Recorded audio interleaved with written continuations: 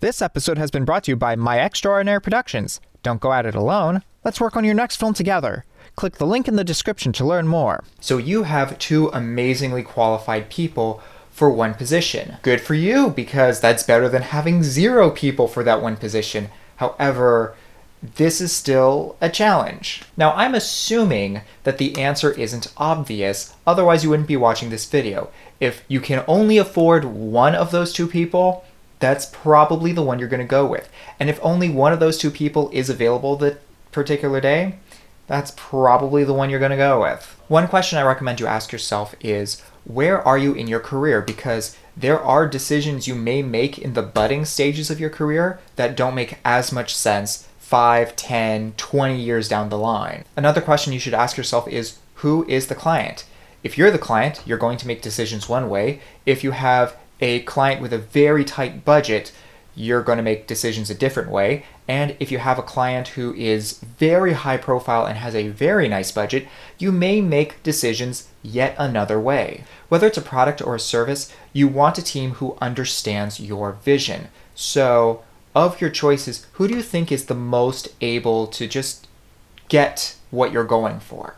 Who do you feel the strongest connection with? Now, I usually have a hodgepodge of a crew because everyone is a freelancer and it's impossible to get the same people all of the time, especially the way that I'm forced to do a lot of things.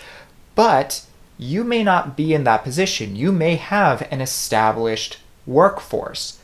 In either case, you want to make sure that your team functions as a whole team as opposed to just a bunch of individuals.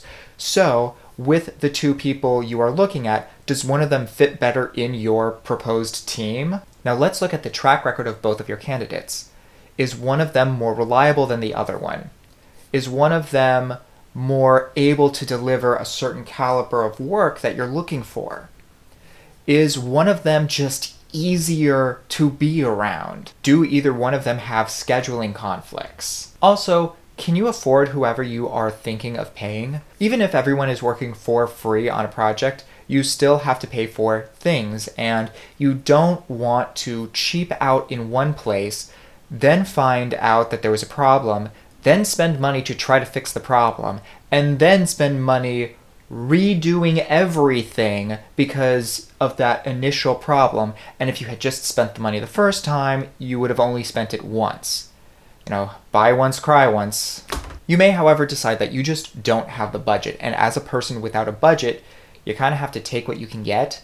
And you may be forced to take a less experienced person because they're not going to charge as much, because they may not have the same skill level as someone who is more seasoned and is more professional. So you have to decide if this is a risk you are willing to take, or if you want to put your project off for a little bit, or if you can.